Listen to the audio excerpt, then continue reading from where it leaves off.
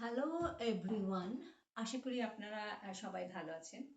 আজকে 5ই ডিসেম্বর, আমরা মোটামুটি ক্রিসমাসের কাছাকাছি চলে এসেছি।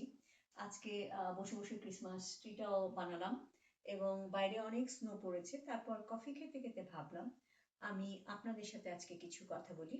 এটাকে আমি আমার আসলে জীবন গল্প বলবো না, আমি এটাকে বলতে পারি আমার জীবন অভিজ্ঞতা। এবং আমার মনে হয় আপনারা অনেকেই এটার সাথে রিলেট করতে পারবেন।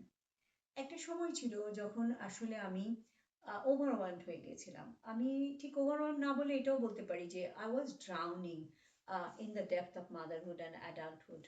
আমি আসলে চরকির মতো ঘুরতাম। সারাটা দিন নিজেকে নানাবিধ কাজে এত ব্যস্ত হয়ে পড়েছিলাম যে আমি নিজের টেক কেয়ারই করা ভুলে গিয়েছিলাম। আমার দিনটা শুরু হতো এইভাবে, সকালে ব্রেকফাস্ট, মেয়ের লাঞ্চ বক্স, মেয়েকে স্কুলে নামানো, তারপর আমার একটা ফুল টাইম জব ছিল। জবে যাওয়া, জব থেকে ফিরে এসে ডিনার, ক্লিনিং। আমরা যারা প্রবাসে থাকি আমরা জানি আমাদের এন্ডলেস কাজ থাকে আসলে বাসায়। তারপরে মেয়ের আসলে লেখাপড়া হচ্ছে কিনা, তার স্কুল থেকে কিছু বলেছে কিনা, তার হোমওয়ার্ক, প্রত্যেকটা বিষয়ে আসলে আমি নিজে করতাম। এবং যার ফলশ্রুতিতে আমার নিজেকে মনে হচ্ছিল যে আমার শোল্ডারে অনেক অনেক বোঝা, এবং আমি সেটা কারোর সাথে শেয়ারও করতে পারছিলাম না।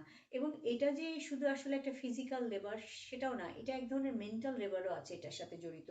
যেমন মাঝে মাঝে মনে হতো আমি কি আমার মেয়েকে ঠিকমতো সময় দিতে পারছি কিনা, আমার ওর সাথে সময় যে পরিমাণ কথা বলা দরকার সেটা বলা হলো কিনা, আমার হাজবেন্ডকে সময় দিতে পারছি কিনা, আমার আমার পরিবার, আমার বাবার বাড়ি কিংবা আমার বন্ধু বান্ধব যাদের দুঃসময়ে আমি তাদেরকে সময় দিতে পারলাম কিনা, যেতে পারলাম কিনা, আমি সোশ্যালি আসলে অ্যাক্টিভ কিনা, আমি ভালো হোস্ট কিনা। আসলে যা আমি হতে চেয়েছিলাম তা হচ্ছে আমি আসলে পারফেক্ট হতে চেয়েছিলাম। আমি perfect mom, perfect wife, perfect host, everything. এবং যার ফলশ্রুতিতে আমার সেই সময় এক ধরনের বলতে পারেন যে ডিপ্রেশনের মতোই হয়ে গেছিল যে আমি আসলে নিতে পারছিলাম না। তাই আসলে যাদের এই মুহূর্তে ইয়াং বাচ্চা আছে তাদের সবার প্রতি আমার একটা রিকোয়েস্ট থাকবে, don't want to be a perfect, be honest. এবং আরেকটা জিনিস থাকবে যে ডোন্ট ডু এভরিথিং সাইলেন্টলি। আপনি যখন অনেক কিছু সাইলেন্টলি করেন, অনেকেই অ্যাকনলেজ করে না, অনেকেই এটাকে আসলে অ্যাপ্রিসিয়েটও করে না। তাই সাইলেন্টলি অনেক কিছু করার দরকার নেই, আপনি যা করবেন বলে করেন যাতে মানুষ বোঝে যে আপনি কত কিছু করছেন। এবং শুধু তাই না, honest honest tell the like your closed one like the what hurts you, এবং আপনি কি ফিল করছেন। কারণ আপনি যদি আপনার টেক কেয়ার না করেন, এটার একটা লং টার্ম টোল আছে আপনার হেলথের উপরে, আপনার মেন্টাল হেলথের উপরে।